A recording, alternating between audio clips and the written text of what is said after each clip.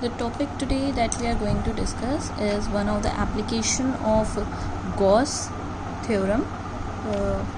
In this we will be starting with how we can find the electric field due to an infinite line of charge. Say there is a straight infinite length of rod that is containing some positive charges. Say it is having some amount of positive charges uniformly distributed, okay, and we have to tell the electric field due to this infinitely long line charge.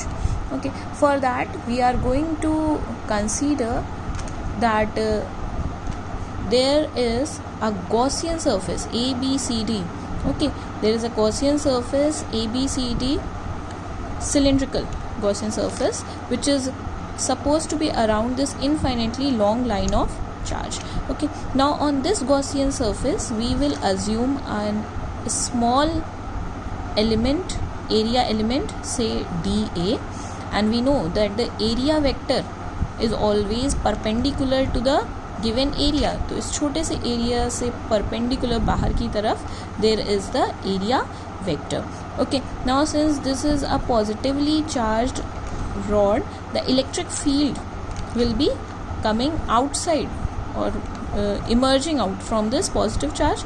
Okay, so for the Gaussian surface that we have assumed here, the electric field is also radially outwards, okay, or cylindrically outwards, and dA, that is the area vector, that is also outward.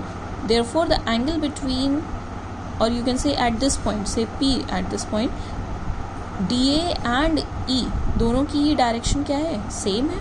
Therefore the angle between dA and electric field at this point on the Gaussian surface is 0 degree.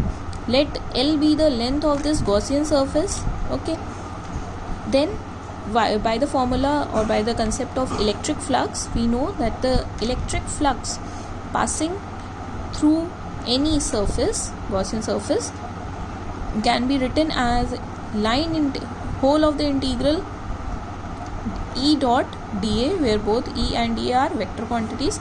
Since this is the scalar product, we can write this is the integral sign over whole of the area, इस पूरे area के लिए, ठीक है. This can be written as E dA cos theta, since we have said that dA and E both are having the same direction, therefore the angle between them is 0. So cos 0 will give the value 1. And the electric field from this line of charge is uniformly outwards. Okay, so we can take uniformly outward value, मतलब एक numerical value होगी कुछ, ठीक है. And if it is a numerical value of electric field, it can be taken out, it can be considered as a constant value. So we have taken E outside the integral sign and we are left with overall integral of dA. Okay, since we are talking about the area outside, surface area of this Gaussian surface, okay, so the area of a cylinder is given by, the surface area of cylinder is given by 2 pi r L, where r is the radius of this cylinder and L is the length. Okay, so we have written directly this term here. Okay, कि सारा पूरे इस outside area की हम बात करेंगे तो overall area, surface area क्या हो जाएगा इस सिलेंडर का, 2 pi r L. Okay, one relation we have got from here, that phi equals to E into 2 pi r L. Okay, also by the Gauss law we know that phi can also be written as Q upon epsilon naught, where Q is the amount of charge present here and epsilon naught is the permittivity in the free space. Okay, तो phi के हमारे पास दो values हो गई, एक ये वाली and one is this one. Equating the above two values, okay, just rearranging the terms. Okay, one thing more we can see here, that in place of Q I have written lambda into L, that we have studied earlier, that for a straight line conductor the surface charge density for a straight conductor is given by lambda, which is written as amount of charge upon the total length. Okay, in this case इतने से surface की अभी हम बात कर रहे हैं, तो यहाँ पे क्या हो जाएगा, स्मॉल l. ओके, जहाँ तक का गॉसियन सरफेस उतनी रॉड की बात कर रहे हैं, ठीक है. सो from here q equals to lambda into L, where lambda is the linear charge density, L is the length of this straight wire.